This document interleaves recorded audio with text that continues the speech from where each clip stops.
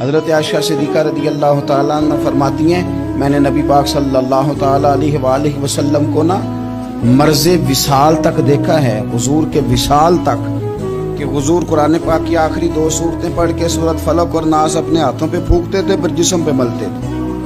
قرآن پاک میں شفا ہے۔ اب تو لوگوں نے دم درود کو نا اس کو بڑا ہلکا سا کام سمجھ لیا۔ ویسے بھی یہ عاملوں کے ہتھے چڑھ گیا، ملنگوں کے ہتھے چڑھ گیا، کاروبار بن گیا، تجارت بن گئی۔ ورنہ قرآن پاک کی آیات پڑھی جائیں تو حضور نے فرمایا سورہ فاتحہ میں شفا ہے، اس میں کرم ہے۔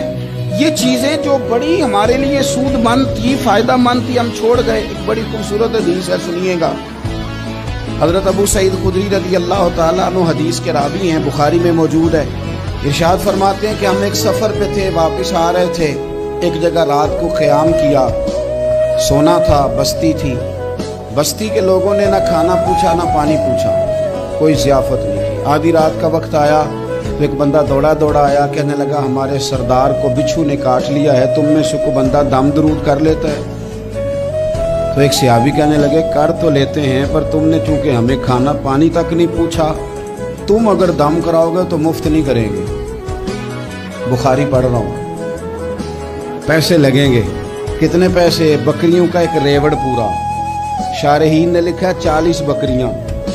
سمجھے پس منظر کیا ہے؟ پانی تک نہیں تم نے پوچھا۔ کچھ لوگوں کا علاج ہوتا ہے، انہوں نے کہا پیسے لیں گے دم کر دیں گے۔ صحابی نے کہا حضرت ابو سعید خدری رضی اللہ تعالیٰ عنہ فرماتے ہیں وہ چونکہ تنگ تھے، پچھو کاٹ کے، اور سردار کو کہا چل تو صحیح نا۔ وہ صحابی گئے، سورہ فاتحہ پڑھ کے دم کیا، اور حدیث بخاری سے میں آپ کو دکھاؤں گا۔ لوگ کہتے ہیں دم کدھر سے آ گیا؟ بخاری پڑھ رہا ہوں، صحیح بخاری۔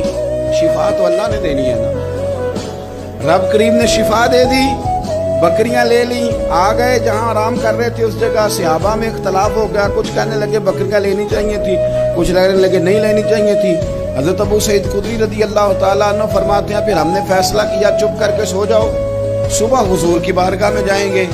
اگر کریم نے کہا لینی چاہیے تھی پھر تو موج بن گئی، اور اگر کہا نہیں لینی چاہیے تھی تو بکریاں ہانگ کے واپس کر جائیں گے۔ مسئلہ کیا ہے؟ کہتے ہیں صبح گئے حضور کی بارگاہ میں، جا کے مسئلہ عرض کیا، یا رسول اللہ انہوں نے بھی پانی کوئی نہیں پوچھا تھا، ہم نے بھی کہا دم کریں گے تو پیسے لیں گے، تو ہم نے یہ بکریاں لی ہیں۔ شارحین لکھتے ہیں 40 تھی شاید۔ یا رسول اللہ اب کیا کریں؟ حضور مسکرانے لگے، حضور مسکرانے لگے۔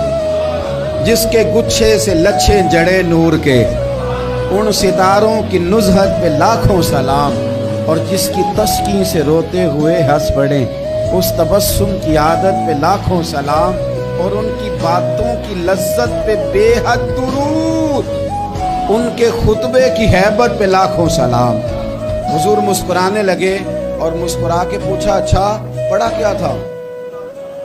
یا رسول اللہ سورہ فاتحہ۔ فرمایا سکھائی کس نے تھی؟ کہا یا رسول اللہ آپ نے۔ فرمایا پھر آدھی بکریاں میری ہیں آدھی تمہاری ہیں۔